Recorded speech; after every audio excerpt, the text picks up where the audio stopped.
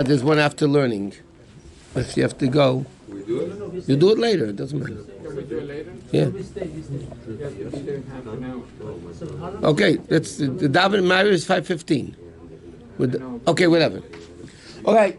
Next dinim is the dinim of what we. What's that, Rabbi? Can we do the Mishnah? Let him No, they'll do it later. You can't mess with the rabbi's schedule. Throw him off for the whole year. He's gonna get confused. Okay.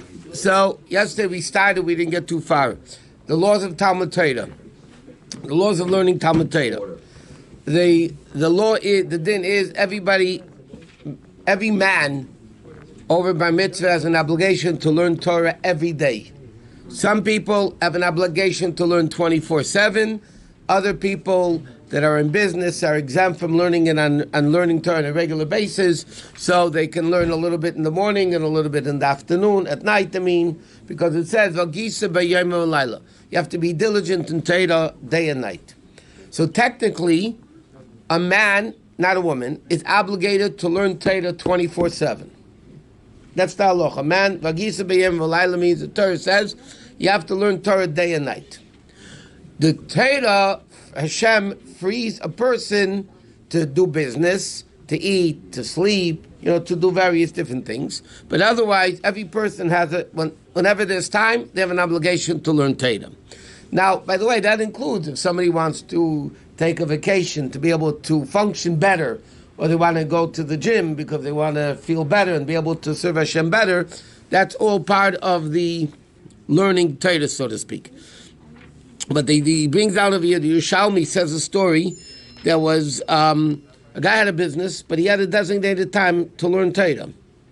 The designated time at that time, and a bunch of buyers came and wanted to do business with him, but it was his time to learn Torah. So he said, I'm not going to stop my designated time to learn Torah. Any money I'm supposed to make, Hashem is going to provide. So, and if I want, I'll get the money afterwards. And he says it was a nicer with a kid, another opinion says it was a teacher of kids, a Torah teacher of kids. But there's a very interesting halacha. And that is what happens, a teacher has to say he's a Gemara teacher, a Chumash teacher. So he has to prepare his learning. He has to prepare his Gemara or Mishnayos or Chumash, whatever he's teaching. The din is that he's getting paid for is not counted in his learning Torah. That means if you have a person who teaches the Gemara 5 hours a day, because he's paid for it, that's his business. So that doesn't free him from his obligation to study Torah. He still has to study Torah. Now a guy who can come along and say, "Oh, I'm so poor, I have no money, how can I learn? I have to try to make a living." So the Gemara says, Hillel mechayev aniyim. Hillel will come and obligate all the poor people. Because Hillel was the famous Hillel was very, very poor. And yet, he learned Torah. Another person will say, I'm so rich, I'm busy, I have no time, I'm making money here. So Rabbi Elazar ben Kisma will obligate that person. Rabbi Elazar ben Chaz, because he had, the Gemara says he was so rich, his tithing was thousands and thousands of things a year. So whether you're rich or poor, even if a person's not well, they still have an obligation to learn Torah somewhat. And by the way, 1 second. What happens if somebody asks there's a din shulchan, by the way, it's very interesting halacha.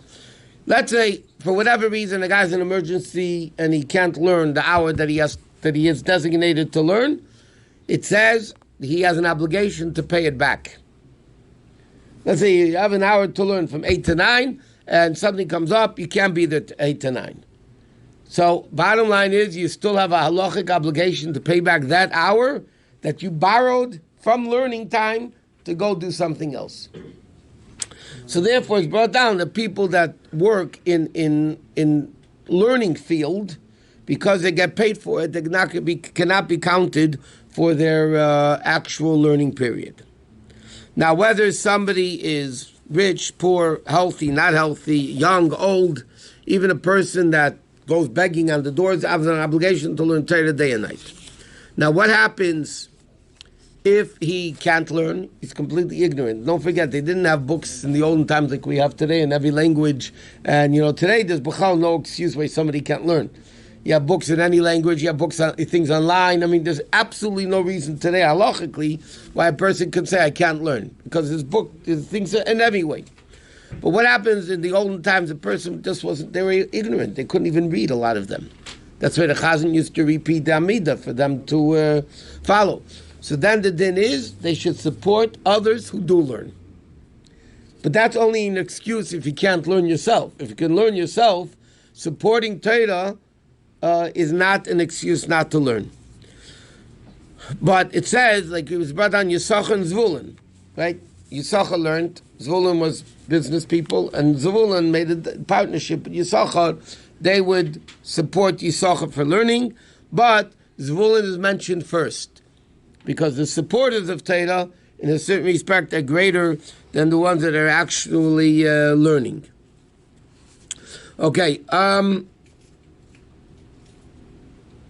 now there's another interesting thing. The Gemara says, it's brought down in Pirkei Avos also, whoever says, you hear something in learning, and you have to say it over in the name of the one you heard it from.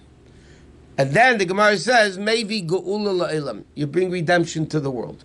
Where do we see this? So the Mishnah in the Pirkei Avos says, because when Bigson and Seresh wanted to plot to kill Achashverosh, and Mordechai told Esther, who told Achashverosh, in the name of Mordechai, so therefore it was written in the books that Mordechai saved the life of the king. Then when the king couldn't sleep, they read the thing that Mordechai saved his life, and that was the whole beginning, the chain of events for Haman's downfall. So now the question is like this. What happens if you hear something and learning from somebody else, and you don't say it over in their name? You make it as if it's your own. So the din is that you're stealing.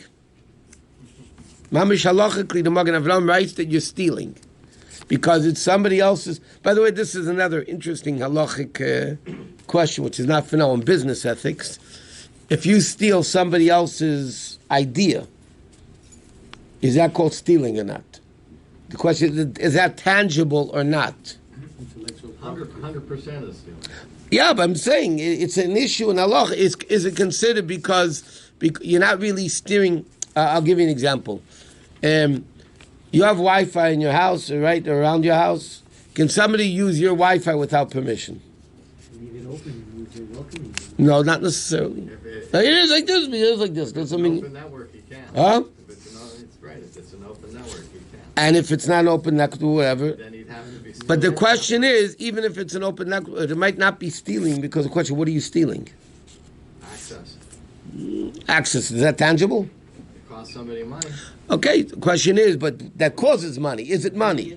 Okay, but anyway, that's... But you're slowing down the amount that can come through the pipe. Okay, so then, it could be also... Yeah. You also might be creating a security risk for his network. No, but there's another issue involved. The question is the guy using it at that time that you're going to be slowing down what he's using? I mean, it's all discussed. How much data he could use a month. And so I'm saying, then sometimes it would be considered You stealing. would argue it isn't stealing. It's very possible it's stealing. I think it is. But the question is like this. We find Rashi and Chumash, and the Rebbe asked this question many times.